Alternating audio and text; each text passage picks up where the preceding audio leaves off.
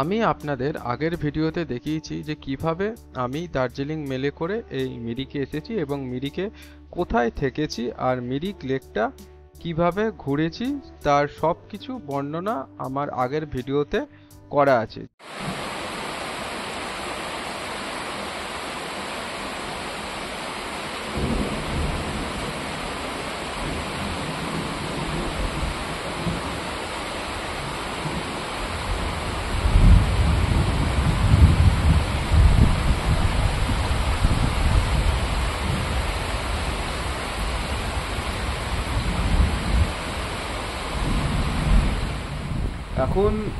এখন বাজে 7:20। ঘুম থেকে উঠে ফ্রেশ হলাম। এখন তা দেখুন বাইরে কি বৃষ্টি, একদম এখন একটু মেঘ পরিষ্কার হয়েছে, তাও একদম বৃষ্টি বৃষ্টি একদম সকাল থেকে একদম বজ্র বিদ্যুৎ সহ এখানে যে বৃষ্টি পড়ছে।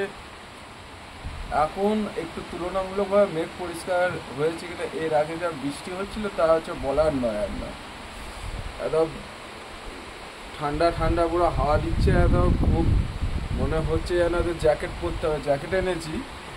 এরপর এখান থেকে প্ল্যান হচ্ছে 8:15-র মধ্যে আমরা ব্রেকফাস্ট করে নেবো। তারপর এখানে হচ্ছে সাইট সিইং করবো। এখানে সাইট সিইং করে একদম ডাইরেক্ট আমাদের গাড়ি হচ্ছে এনজিপি পৌঁছে দেবে। সেখান থেকে সন্ধ্যে 8:40-এ আমাদের ট্রেন আছে পদাতিক এক্সপ্রেস, সেখান থেকে আমরা হচ্ছে বাড়ি ফিরব। বাইরে যা বৃষ্টি পড়ছে আর তার সাথে এই দার্জিলিং চায়ের চুমুক দেব না তাই কখনো হয়, তাই সাথে সাথে আমাদের দার্জিলিং চাও চলে এলো এবং দার্জিলিং চা খাওয়ার পর্ব সেরে নিয়ে আমরা ব্রেকফাস্ট খেয়ে নিই। ব্রেকফাস্টে আমাদের ছিল পাউরুটি আর ডিমের অমলেট। সেই ডিমের অমলেট আর পাউরুটি খেয়ে আমরা বেরিয়ে পড়ি একটু বৃষ্টি থামলে। আর বাইরে গিয়ে দেখি আমাদের ড্রাইভার সাহেব এসে গেছে। সকাল 9টায় বেরিয়ে পড়েছি আমাদের হোমস্টে থেকে। এখন সাইট সিইং করতে যাচ্ছি। ফার্স্ট ভিউ পয়েন্ট আমাদের সীমানা ভিউ পয়েন্ট, সেখানে আমরা যাচ্ছি।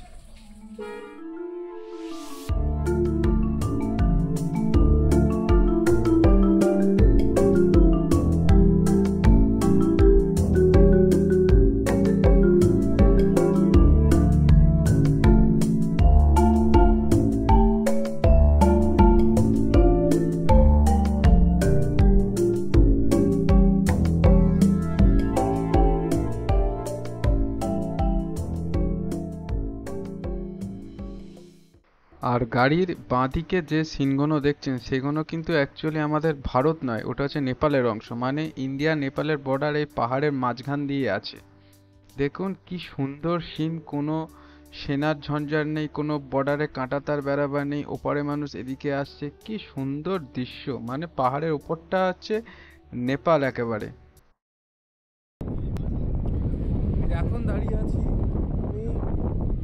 এখন দাঁড়িয়ে আছি আমি ওদিকটা দেখছেন যে সানা ভিউ পয়েন্ট। খুব ঠান্ডা হাওয়া দিচ্ছে, মানে আর থাকা যাচ্ছে না। আর দেখছেন একদম মেঘ একদম ভর্তি, একদম এদিকটা হচ্ছে পুরো নেপাল একদম। আর গাড়িটা অনেক উঁচুতে উঠেছে, খুব হাওয়া দিচ্ছে। নামটা হচ্ছে সীমানা ভিউ পয়েন্ট। সীমানা মানেই হচ্ছে বর্ডার, মানে হচ্ছে এখান থেকে ইন্ডিয়া নেপাল বর্ডার খুব সামনে দেখা যায়। ওই যে পাহাড়ের মাঝখানে যে মেঘটা আছে ওই পুরোটা হচ্ছে নেপাল। আর যে দূরে দেখতে পাচ্ছেন ঘর বাড়ি, একদম ছোট ছোট ঘর বাড়ি, সে ঘর বাড়িটা হচ্ছে নেপালের অংশ। মানে খুব সুন্দর সিন, একদম মানে চোখ জুড়িয়ে গেছে এখানে এসে। অসাধারণ, বিউটিফুল।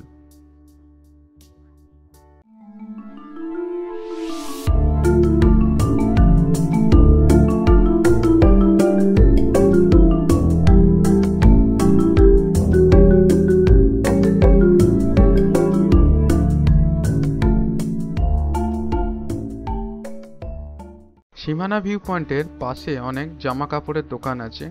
আপনারা যদি ইচ্ছে করেন এখানে শীতের বস্ত্র আপনারা কিনে নিতে পারেন। আর এখানে অনেক চকলেটেরও দোকান আছে। চকলেটের দোকান মানে বিভিন্ন প্যাকেটে করে বিক্রি হচ্ছে নেপালি চকলেট। আপনারা যদি ইচ্ছে করেন এই চকলেটগুলোও কিনতে পারেন। আমরা কিন্তু এই চকলেটগুলো কিনেছিলাম, খুবই টেস্টি চকলেট একদম। অবশেষে এখন আমরা চলে এসেছি, দেখতেই পাচ্ছেন, ওয়েলকাম টু নেপাল, মানে পশুপতি ফটকে। পশুপতি ফটকে এখানে বর্ডার ক্রস করার জন্য আমাদের শুধু পরিচয়পত্র, ভোটার আইডি কার্ডই লাগলো। মানে আমাদের যে তিনজনের ভোটার আইডি কার্ড, সেই তিনজনের ভোটার আইডি কার্ডে আইডি নম্বরটা নিল। এইদিকে হচ্ছে পশ্চিমবঙ্গ পুলিশ জমা নিল, আর ওইদিকে হচ্ছে নেপাল পুলিশ জমা নিল। আর বর্ডারে হচ্ছে বিএসএফ একটু নর্মালি চেক ফেক করলো, এই আর কি। আমরা এখন এই পশুপতি ফটক থেকে একটা গাড়ি করে নিই, মানে আমরা নেপালে ঘুরবো। এই পশুপতি মন্দির যেটা নাম শুনেছিলাম সেইটা তো যাবই, আর তার সঙ্গে আমরা কান্নাম শহরটা আমরা ঘুরে দেখব। সেই জন্য পশুপতি ফটক থেকে একটা গাড়ি রিজার্ভ করে নিলাম 2000 টাকা।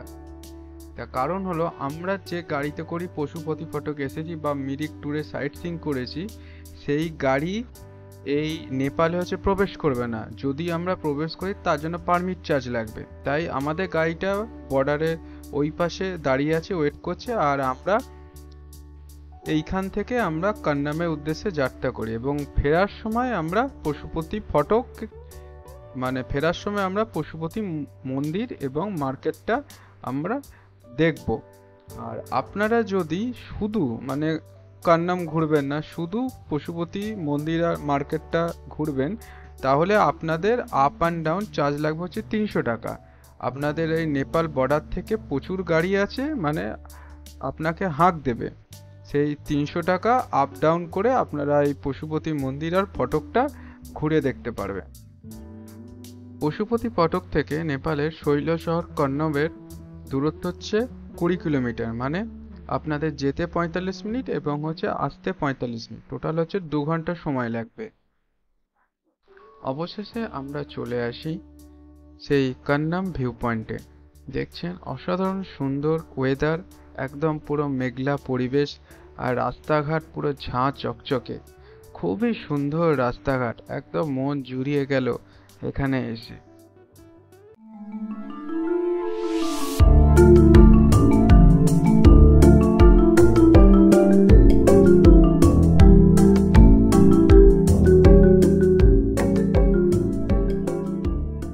ভিউ পয়েন্ট থেকে ফেরার পথে কিছুটা এগিয়েই আছে এই কান্নামের বুদ্ধ পার্ক। এখানে বুদ্ধ পার্কে যেতে হলে এই সিঁড়ি বেয়ে উঠতে হয়, আর পাশেই আছে একটা ঝুলন্ত হ্যাঙ্গিং ব্রিজ, মানে হচ্ছে ঝুলন্ত ব্রিজ, যেটা ওই পাশে আছে চা বাগান। সেই চা বাগানকে এই ঝুলন্ত ব্রিজটা কানেক্ট করে। আর এই ঝুলন্ত ব্রিজ থেকে পুরো কন্নম শহরটাকে বেশ দারুণভাবে দেখা যায়। তবে আমরা যখন গেছি পুরো মেঘলা ওয়েদার ছিল, তাও বলবো এই মেঘলা ওয়েদারের মধ্যে ঝুলন্ত ব্রিজ থেকে আমরা কন্নম শহরটাকে খুব ভালোভাবে দেখেছি। চারিদিকে একদম পাশেই ছিল চা বাগান, দারুণ লাগছিল কিন্তু। আর এই বুদ্ধ স্ট্যাচুটায় দেখলাম অসাধারণ বিভিন্ন কারুকার্য আঁকা আছে, বেশ ভালোই লাগলো কিন্তু এই জায়গাটা।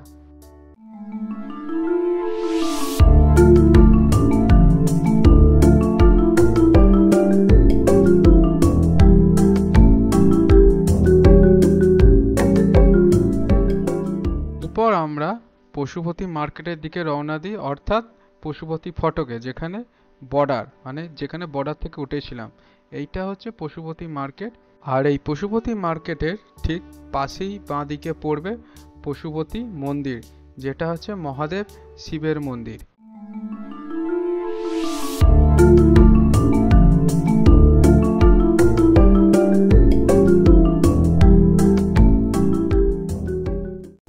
অবশেষে আমরা নেপালকে বিদায় দিয়ে দিই, তারপর আমাদের গাড়িতে উঠে বসি। এইবার আমাদের গন্তব্য হচ্ছে গোপালদারা চা বাগান।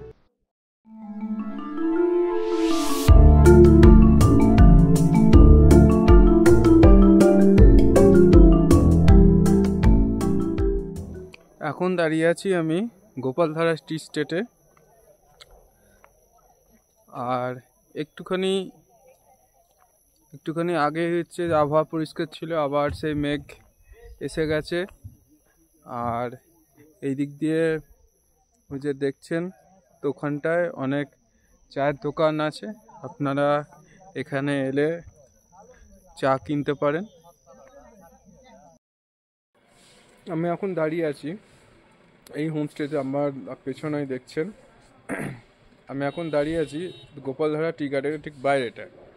এখানে মানে খুব খিদে পেয়েছিল, তাই দুপুরের লাঞ্চটা খেয়ে নিলাম। আর আমার পেছনের দিকে যে ধাবাটা দেখছেন সেখান থেকেই আমরা লাঞ্চ করেছি। নাম হচ্ছে পেমা গল্প রেস্টুরেন্ট হোমস্টে। এখানে এসে আপনারা থাকতেও পারেন, খাবার দাবার খুব ভালো। আমরা খেয়েছি চিকেন থালি 180 টাকা, খাবার দাবার খুবই ভালো। এরপর আমরা চলে আসি মিরিক চার্চ দেখতে, কিন্তু এই মিরিক চার্চ যাবার রাস্তাটা একটু চড়াই উতরাই, মানে 2-3 মিনিট হেঁটে আপনাকে যেতে হবে। আর এই পাঁচিলের পাশে যে ক্যাম্পাসটা দেখছেন এটা হচ্ছে ডন বস্কো স্কুল, আর এই ডন বস্কো স্কুলের বিপরীতেই আছে মিরিক চার্চ বা ডন বস্কো চার্চ, মানে এই স্কুলের আন্ডারেই আছে এই মিরিক চার্চটা। যখন আমরা চার্চের গেটের সামনে যাই দেখি চার্চের গেটটা হচ্ছে বন্ধ, মানে তালা মারা নেই, জাস্ট এমনি গেটটা বন্ধ আছে, মানে কেউ নেই, পুরো নিস্তব্ধ, শুধু পাখির কিচিরমিচির আওয়াজ শোনা যাচ্ছে এই আর কি। আর গেট দিয়ে ঢুকেই দেখলাম এরকম সিঁড়ি আছে, মানে এই সিঁড়ি দিয়ে উঠে ওই চার্চের সামনে আপনাকে যেতে হবে।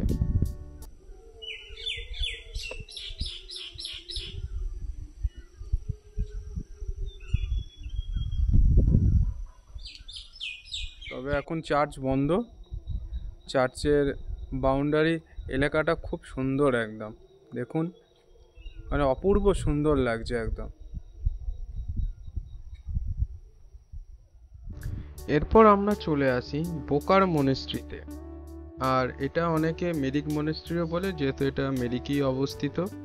কিন্তু এখানে এসে এক অদ্ভুত ঘটনার সম্মুখীন হলো, মানে আমাদের মেঘ স্বাগত জানালো আমাদের।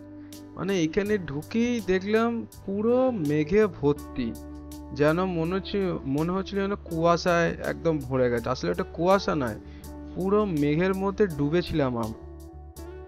এই বোকার মনেস্ট্রি প্রতিষ্ঠা করেছিলেন কাবজে বোকার তুলকু রিনপোচে 1984 সালে। 2004 সালে তিনি মারা যান এবং মারা যাওয়ার পর এই মনেস্ট্রি চালান খেনপো লড্রো ধনো রিনপোচে। আর এই বোকার মনেস্ট্রি একটি সন্ন্যাসী কেন্দ্র, যেখানে প্রায় 500-র মতো বৌদ্ধ ভিক্ষু ভগবান বুদ্ধের আরাধনা করেন এবং তার শিক্ষা, অধ্যয়ন, অনুশীলন বজায় রাখার জন্য একটি সম্পূর্ণ সময়সূচিতে অংশগ্রহণ করেন।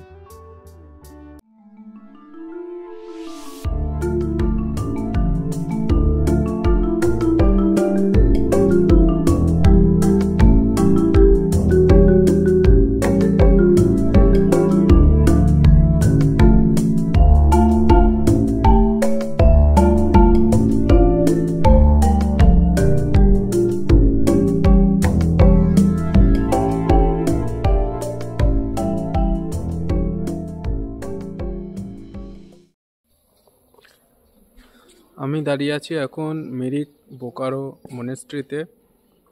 ভেতরটা ঢুকলাম, ভেতরটা পুরো ফাঁকা। আর দেখুন পুরো একদম মেঘে ভরে গেছে, একদম মানে মেঘের মধ্যে হচ্ছে আমরা আছি। দেখুন পুরো মেঘের একদম ভেতরে যাকে বলে, একদম মানে গা ছুঁয়ে যাচ্ছে পুরো মেঘ।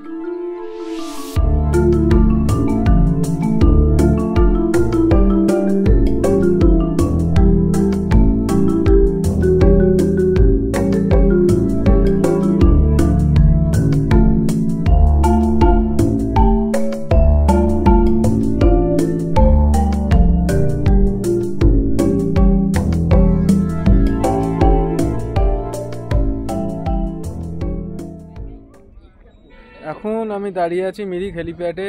এটা মিরিক শহরের বা মিরিক পাহাড়ে যাই বলুন, মিরিক শহরের সবচেয়ে উঁচুতে এটা ভিউ পয়েন্ট যাকে বলে। আর এই হেলিপ্যাডটা তৈরি, এই যে এইচ লেখা দেখছেন, এইখানেই হচ্ছে হেলিকপ্টার, যদি কেউ ভিভিআইপি আসে সেই হেলিকপ্টার নামে এই হেলিপ্যাডটা তৈরি করেছিলেন সেই সময়কার পাহাড়ের নেতা সুভাষ ঘিসিংজি। এখন তিনি প্রয়াত হয়েছেন, আর এখন এটা ভিউ পয়েন্ট হিসাবেই মানে প্রচলিত হয়ে গেছে।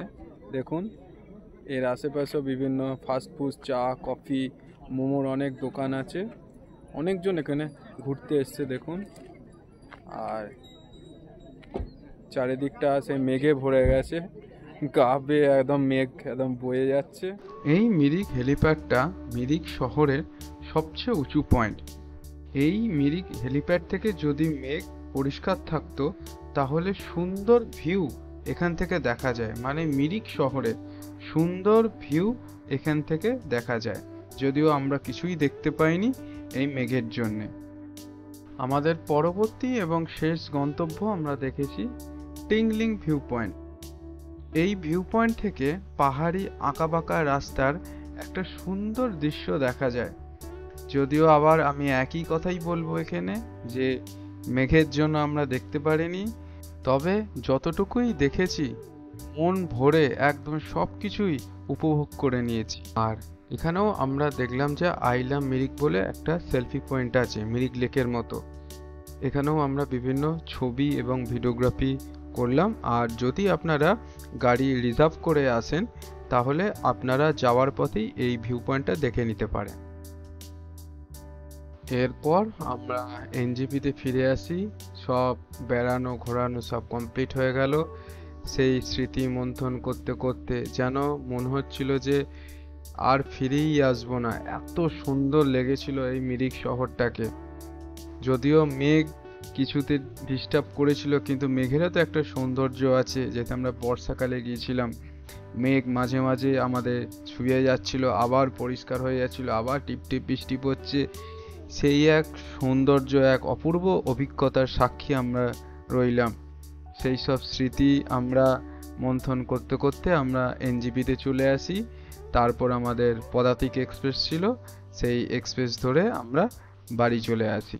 আর আমার এই ভিডিও সিরিজটা যদি ভালো লেগে থাকে তাহলে আমার চ্যানেলটাকে অবশ্যই সাবস্ক্রাইব করার অনুরোধ রইল। আর যদি ভালো লেগে থাকে তাহলে অবশ্যই একটা লাইক আর বন্ধুদের সাথে শেয়ার করার অনুরোধ রইল।